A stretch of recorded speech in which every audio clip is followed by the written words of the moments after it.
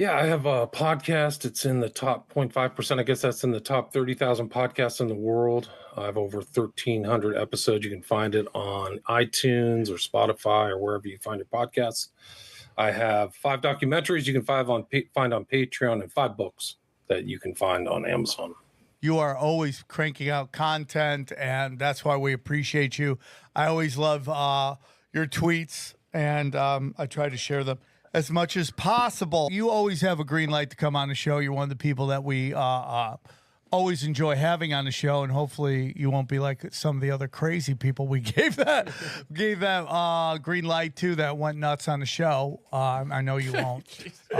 Right, Dr. Shiva and Bishop Larry Gators. But I love all your stuff. So Mark hit me up, and he was like, yeah, William Ramsay has a crazy, not that you're crazy, but a crazy story he kind of wants to talk about, and that is the smiley face killer in Austin and how it's connected to the comedy scene.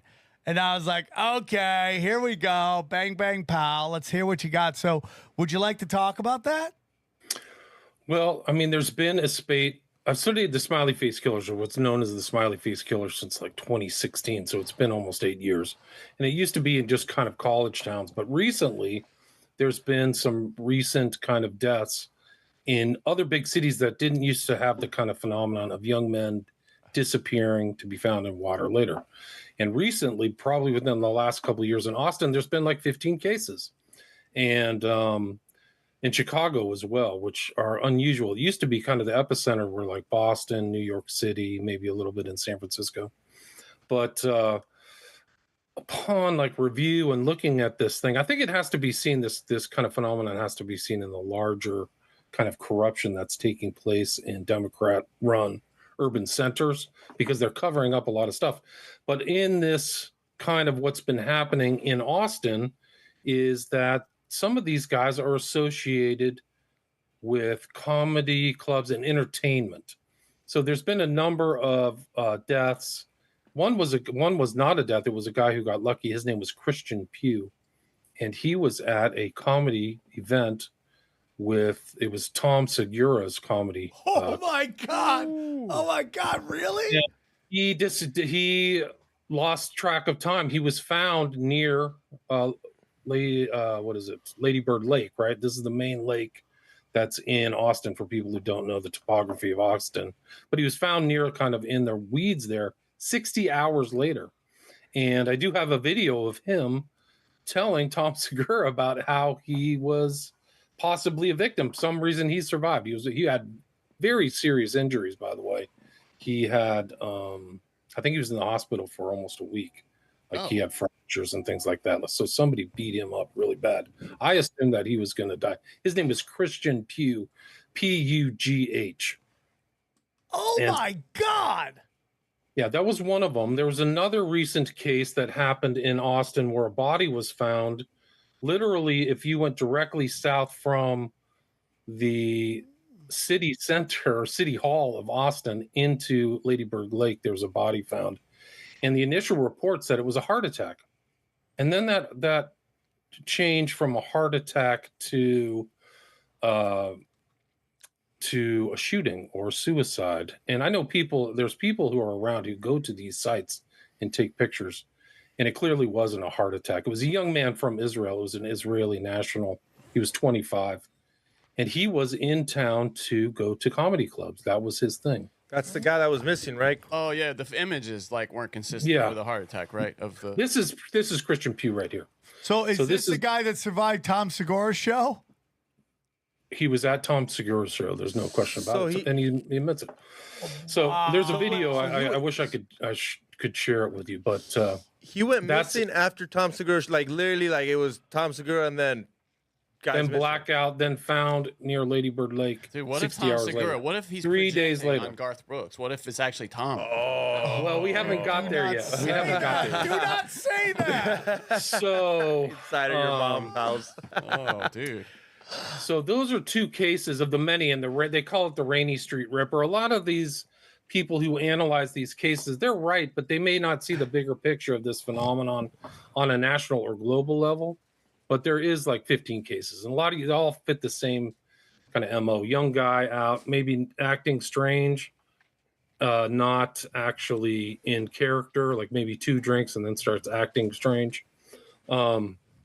Anyway, Tom Segura and his wife run or Family Hour. I can't remember the name of the podcast, but we know. Yeah. Your mom's house, that podcast? Your mom's house, yeah. Your mom's Christina house, Pajitsky. Yeah. Oh my God, these are Heard my of it. friends. Yeah, heard of it. Well, I published my most recent book is about the Smiley Face Killers. It's like way too long. It's 400 pages, but I have a section in there because what happened last year, and it actually kind of really blew up my social media. I usually don't go viral or anything like that, but this case was anyway, I'm going too far. These two, Segura and his wife, have been talking about Garth Brooks and really kind of making it almost like a semi-joke about him being involved in nefarious activity. And it's been kind of a joke, and they've played videos about Garth Brooks. And they call him a serial killer. Like, they call him a serial killer. He thinks he looks weird, that he's creepy on camera, and then and then a bunch of stuff has come out about Garth Brooks. Where are the bodies? That's what they say. Yeah, they say, where's the bodies? Where are the bodies? No, you have no idea. If you love just for entertainment, go to Garth Brooks' page and go look at the comments. It's all your mom's house fans harassing this motherfucker. I'm blocked because I used to say, "Where are the bodies, Jeans?" Or I used to participate. That's why I know all about this, but I don't know if it actually is coming true. Oh my God, this is crazy. The videos that they've compiled are weird. Like, I've looked at them. So the ones that Segura and his wife of Garth Brooks are very strange. And there was the Springfield 3, which is Springfield, Missouri, which Branson is like a kind of a center, almost like Nashville. Yeah. It's a place, country music, and maybe middle America people go for entertainment. And Garth Brooks was there and 3 women disappeared. And there's been he said weird things, like I would kill them. He's literally on video saying, oh, I just kill them. Who? Garth Brooks? Yes. Whoa. Yeah. So, and this is Segura and his wife. They found that I'm just repeating what they found. Yeah, for sure. This isn't me. I'm just reporting what they saw. We love that. He also had this kind of strange time in his career, Garth Brooks did, where he took on a alternate kind of emo person who sang pop. So weird. So he kind of left. Pardon me? So weird. Yeah, Chris Gaines. Yeah, right? so wasn't it Chris Gaines, something like that? Chris Gaines was his name, and almost like it was like a duality thing, almost like a split brain, a lot of black and white. And there's sequences in the Chris Gaines' most popular video on YouTube where he's sitting on the Star of Ishtar, right? So you see the Star of Ishtar and Eyes Wide Shut and stuff like that. Really? And these weird hand signs like thumbs and all that stuff. Maybe you could find that video of him, but he because this is him, right? This is Chris. This is the person we're talking about, right? Correct. That's the new. It's Garth Brooks. Yeah, it's just him dressed as a different person. Yeah. You see that? It looks like that's supposed to be Garth Brooks. It is Garth Brooks. I know that is Garth Brooks. Crazy, but I could have never noticed if you wouldn't have told me. He plays it pretty well. I gotta say, the music guy. is. If you scroll down, maybe you could show his video, his more famous video. But he's there's another one. That picture. If you scroll just a little to the left, this is like the dual side, the black and the white, right? That's kind of Masonic. That's him right there in this weird black and white skin tight outfit. Yeah, there, right there. The second one. Mm-hmm. Oh yeah, look at that. Oh, that is weird. It's like a mime or something, huh?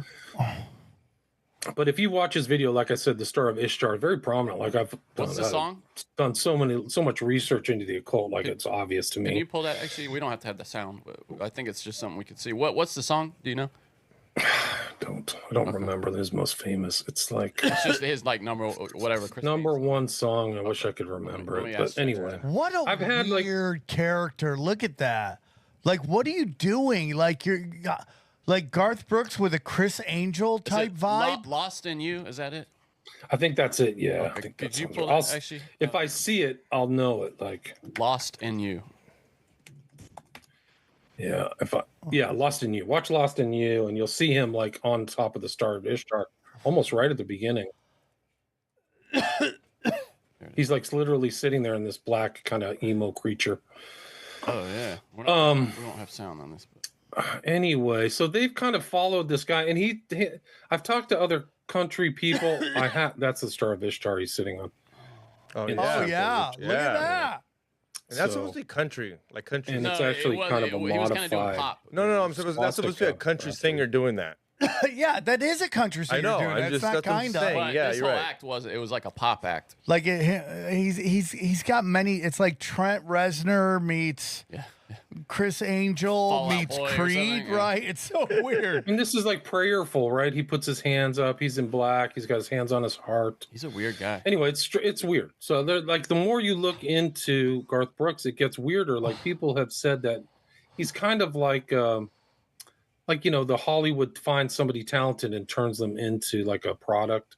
I've heard of other country people making that statement about Garth Brooks.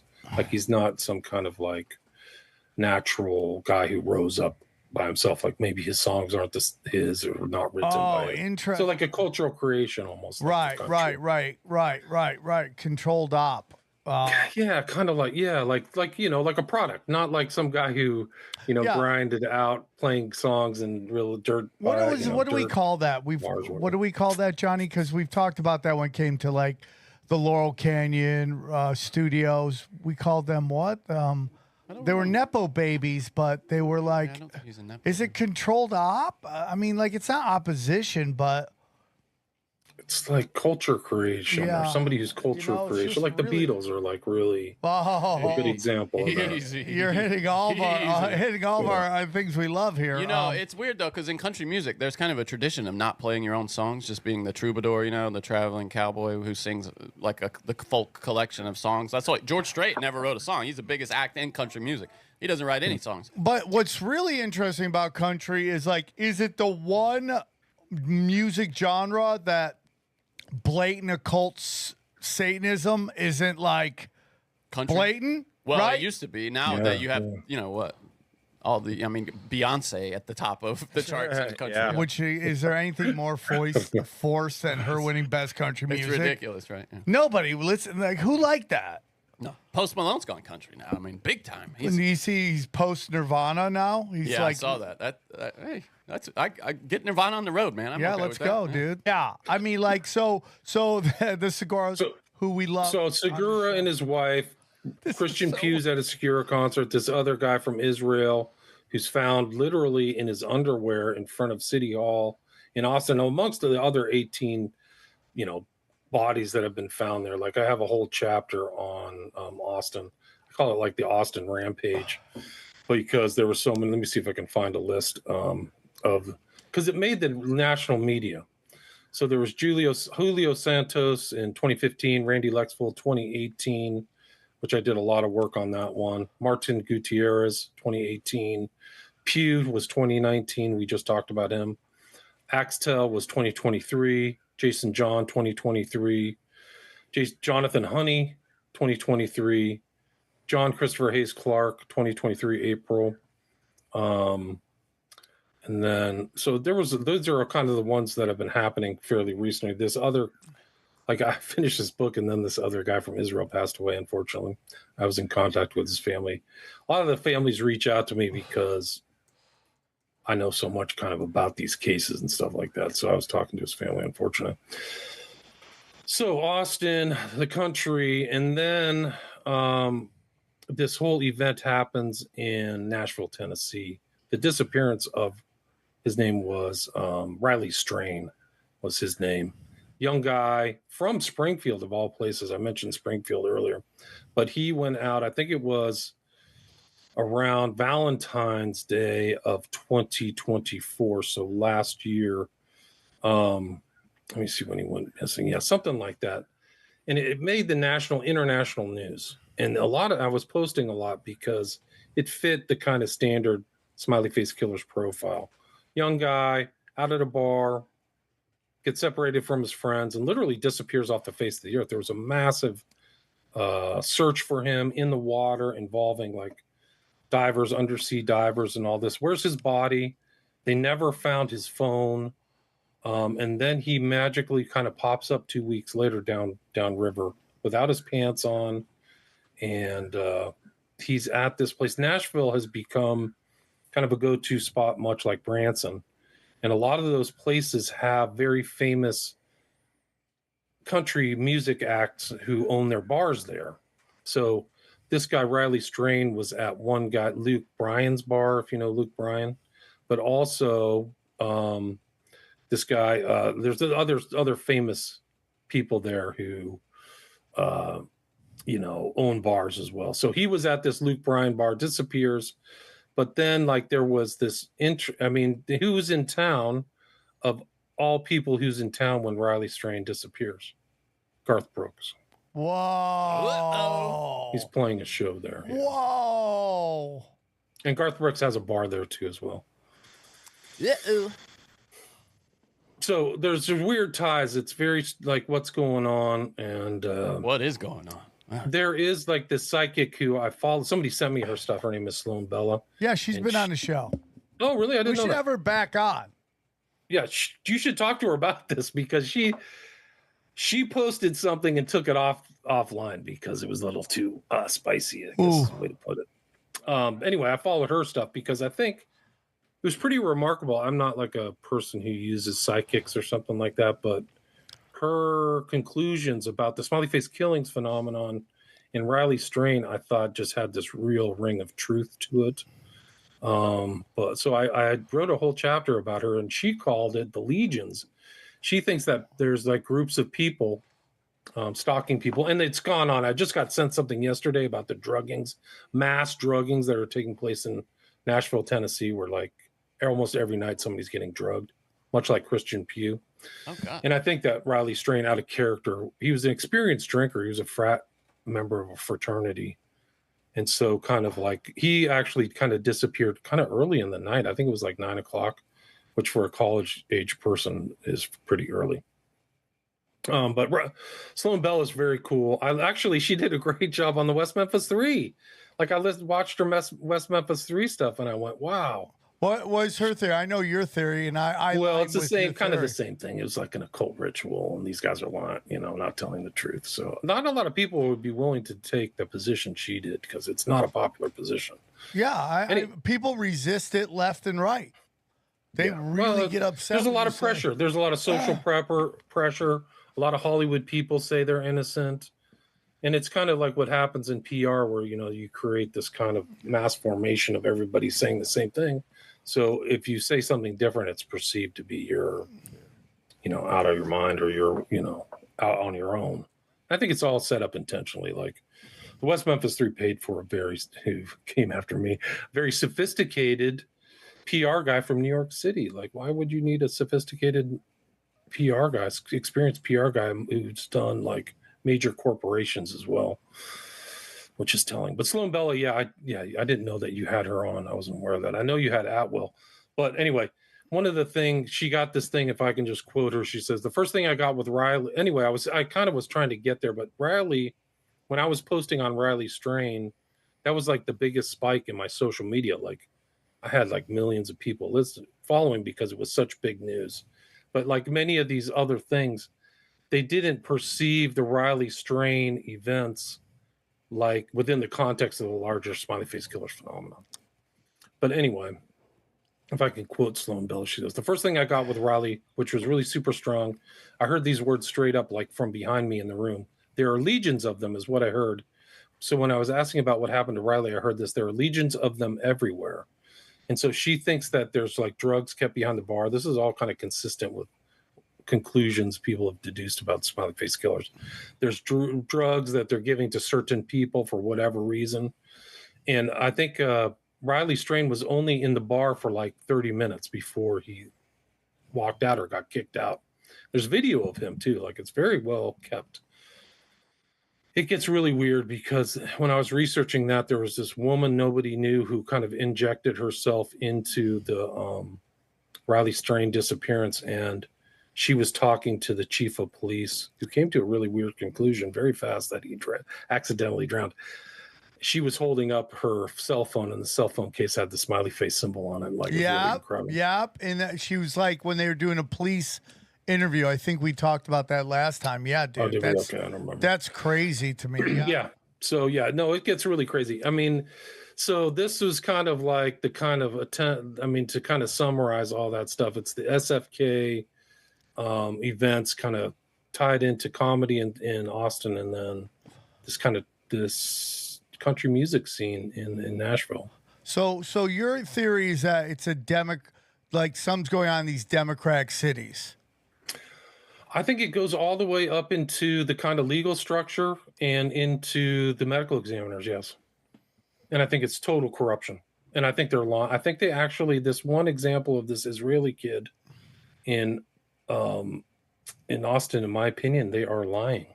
They're the authorities are lying, and they're actually deceiving the public about the severity and seriousness of this event. And I think that's part of kind of almost the totalitarian control. It sounds ridiculous, but almost the totalitarian control of these urban areas through the Democratic Party. I think they all kind of move in lockstep, and that's why all these urban cities in the United States are huge kleptocracies and almost third world countries now. You know, I go to Austin often, looking at buying a house just outside of Austin. It's like unbelievable how, like, compared to LA, you could get something extremely nice.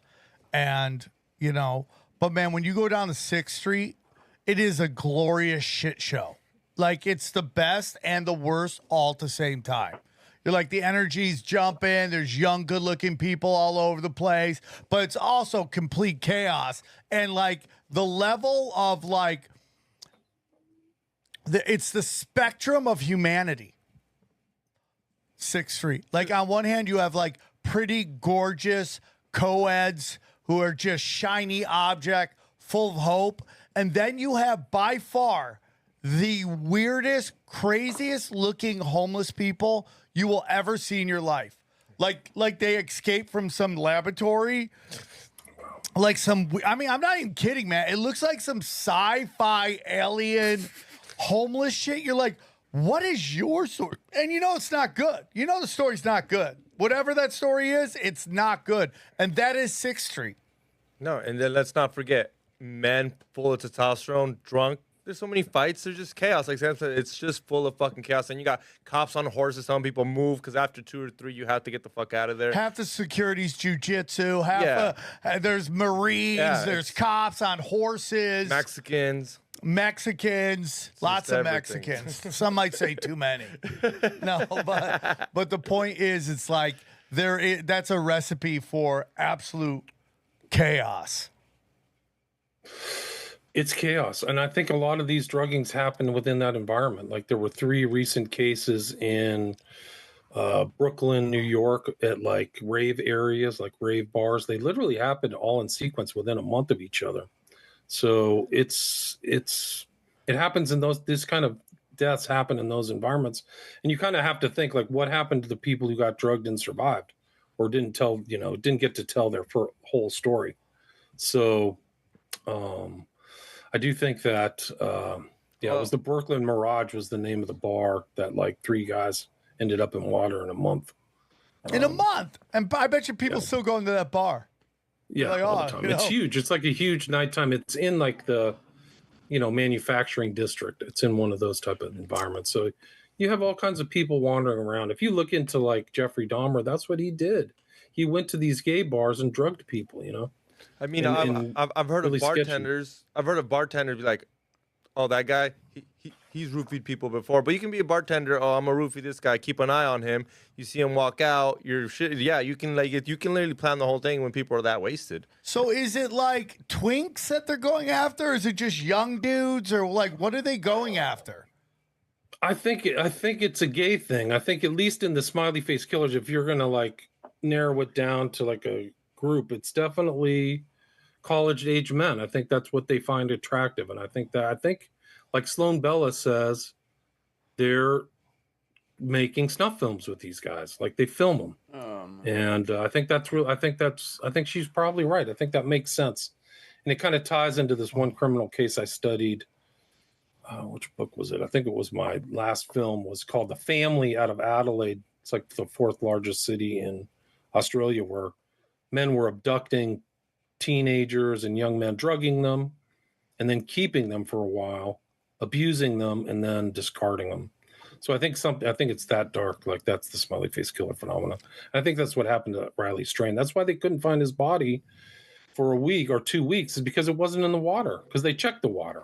Oh, you're You know, so- right. They always can't find it. They always somehow appear And in then the it water. just appears. Yeah, after like, and the body should be fully what is it? Decomposed. Decomposed from the water, or yeah. something. Yeah. So a lot of these guys don't even have decomposition. Like there's one famous case I studied, Dakota James in Pittsburgh. He didn't have any decay in his body. He was missing for 40 days. So where was he? And all these guys have the same kind of elements. Some of them have like worms on their body. So that means they died outside the water and placed in water. So this is kind of a big trick, but it also allows them to kind of, the police and stuff, to just wrap it up and, close the case. And I think that's what happened to Riley Strain. Like they don't want to look into this, because I do think it involves kind of rich, powerful people with resources are doing these kinds of crimes. And that's kind of their thing. But it is interesting. Sloan Bella says this whole thing started in Chicago with music executives. So that kind of makes sense. It ties into some of the other stories that I've heard. But it's she mentions black SUVs like Escalades, and that ties actually into the Dakota James case. I doubt she knows the details of the Dakota James case. She may, but if she doesn't, that's like a real incredible intuition, because some kind of black SUV was stalking Dakota James. And then she says that this would be actually very consistent with this other cases, the Adelaide case, the family, is that she's saying things I bet she doesn't know, like all the research that I've done, because it's correlating almost directly with like the research I've done. But she says that their bodies were almost meticulously cleaned so that their hair was groomed and they not find water in the lungs. And sure enough, there was a report from the medical examiner that there was not water in the lungs of Riley Strain. Jeez Louise, dude. It's just, so I think last time you were we talked about a whole bunch of stuff, and some of it was a smiley face killer. Like, I don't know the last time I found what the body count was, but it was a crazy number, like 12. Yeah, 4. But I feel like, is it 4? 4. Well, I think it's 300 or 400 internationally. I don't know what it is in Austin. It's probably 12 or 15. Yeah, I think it was like an insane number, and they're very hesitant to start linking these deaths, because then it's like we got a serial killer on our hands, and everybody talks about it, and it's like this weird thing. Last night I could not sleep last night, so when I can't sleep, guess what I do? Talk to myself all night, and I can't turn my brain off. And I was thinking about, like, this thing where it's like, I love doing conspiracies. I'll do conspiracies forever. But the desire to, like, wake people up is kind of, like, gone away. Because, like, how much do you have to scream, before you realize nobody's listening? Right? Now the listeners of the show do. And because they do listen, they understand the psyops are coming. But that's the extent of it, right? Like, you find the show, you listen to the show, and you'll learn not to fall for their tricks, but I've just come to this thing that, like, humans, obviously we're mammals, and, like, how many times you watch Animal Planet, and you see like these prey just crossing this river. Every year they cross this river, and every year the crocodiles just sit there. And they're like, the crocodile's like, there's no way these motherfuckers are coming here again. We've murked them every year. There's no way they're coming again. And then all of a sudden, bang, here they are again. And they just keep doing it.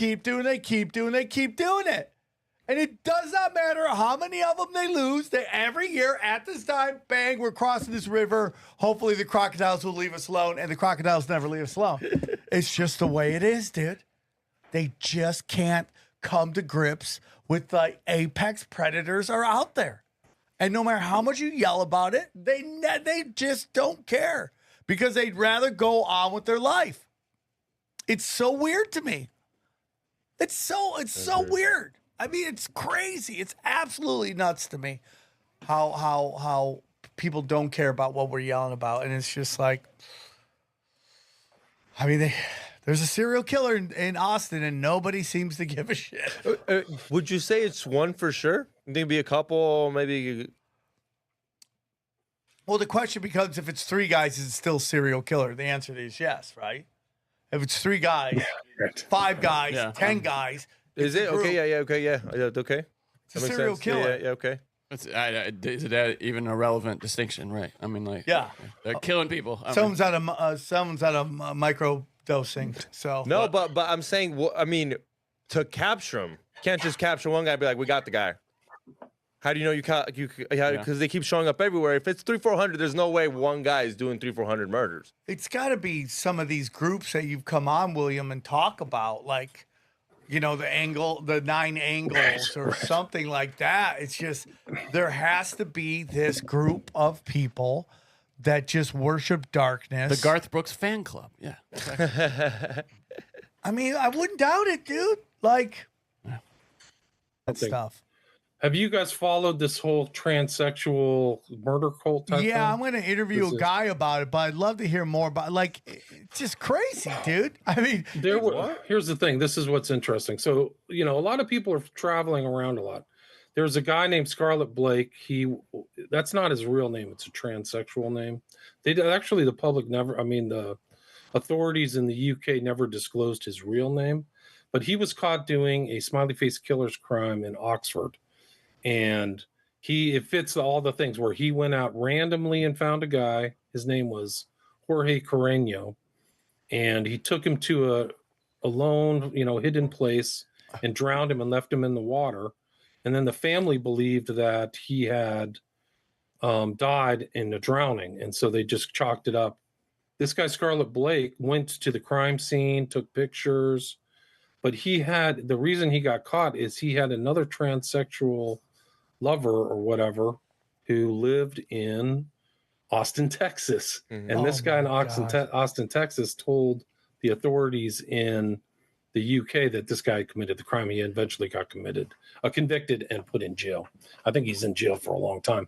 But this guy, Scarlett Blake, had traveled around. So he was part of this kind of transgender underground and had been traveling to Colorado and to Austin. So was this guy involved in any other kind of crimes, or was he involved in similar crimes in Austin? And it would be like a perfect way to commit a crime, is to travel somewhere, commit a crime, and leave, right? So it kind of ties into this kind of weird transsexual murder cult who's like running around.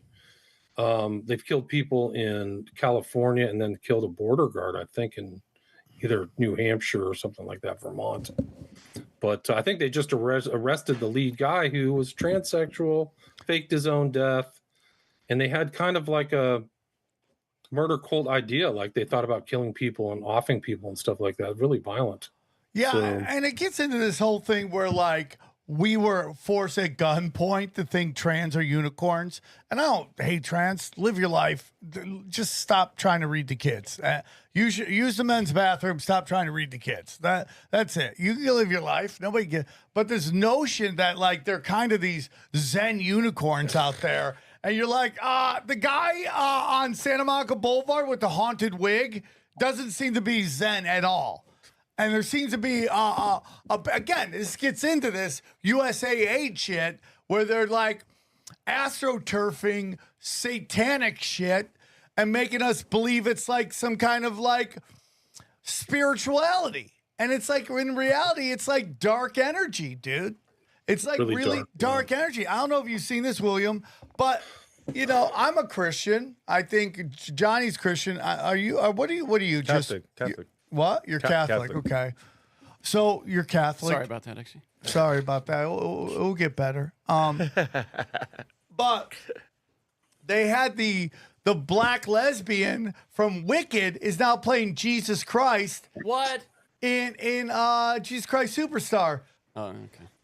Whatever. What is Jesus Christ Superstar? I mean, that's kind of a silly, kind of an a sacrilegious thing anyway. So right. Yeah. That's what everybody's saying. But still, I mean, it's just, again, this thing where they like Hollywood, the progressive left, always want to like try to press us at gunpoint to accept this thing which instantly our instincts reject.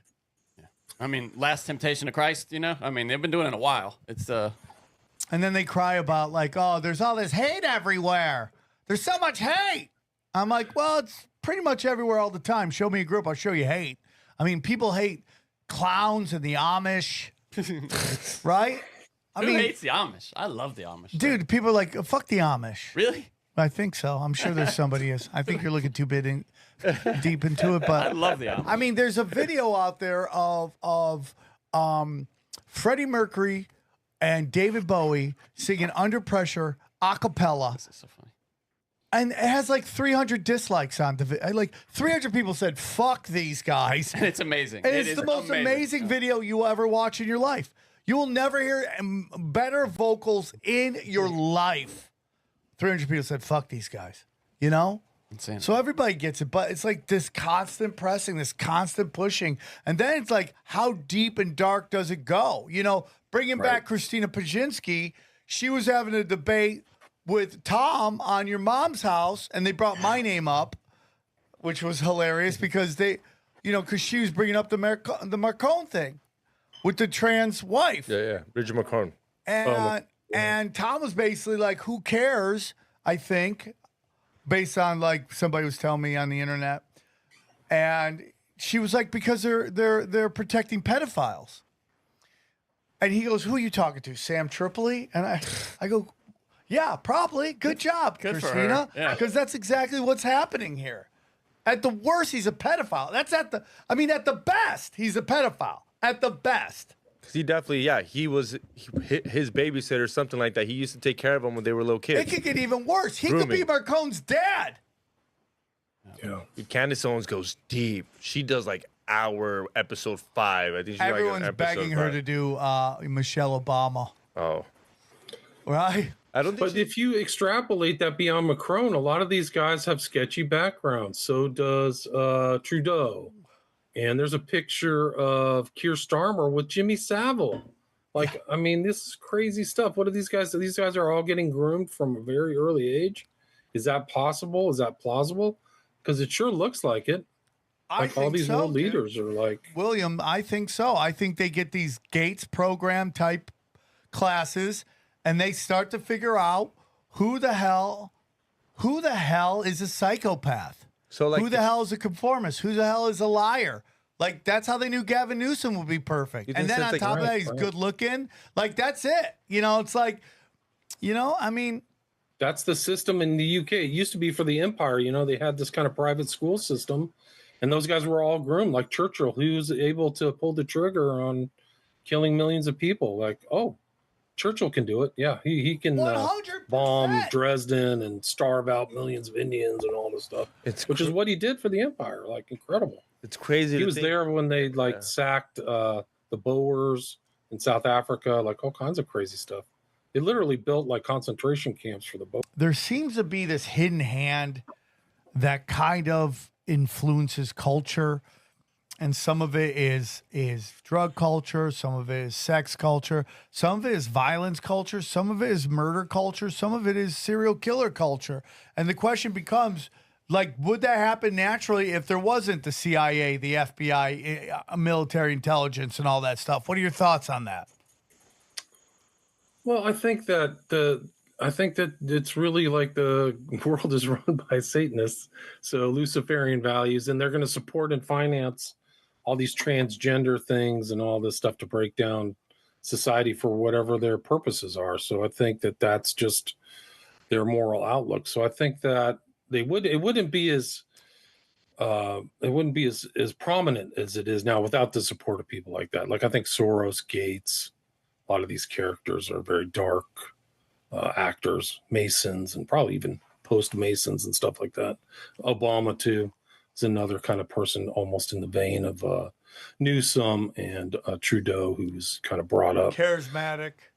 Yeah, charismatic. He's not very smart. He has to talk off a teleprompter. He can't talk extemporaneously. And I think his actual background, his college career is fake. Like, nobody ever saw him at Columbia. So, and he was kind of there was this aspect of privilege. Where have we heard that? Yeah, a lot of places. But like, he just became the editor. No. I'm not saying what you're saying is so we've heard didn't earn it. So all the stuff he didn't earn. So I think he's a front to like somebody else smarter than him is doing most of his decision making. What I meant by William, what I meant by where we heard that before, that's George Bush Jr.'s military experience where it's like nobody remembers him on the base ever during when he said he was in the military? And you'd even go to his father, right? His father, the famously getting shot down where they're like carrying him, he's crawling back up onto the giant Aircraft warship, carrier, yeah. and like no, and like his story changed like 5 different times about what happened. Like people really question whether that was so. Your dad is funding the other side, but you're gonna send your son in to go to battle. Come on, dude. Netanyahu's None of those kid is guys in ever Miami. risked themselves. Gore, all those guys. Gore in Vietnam was fake.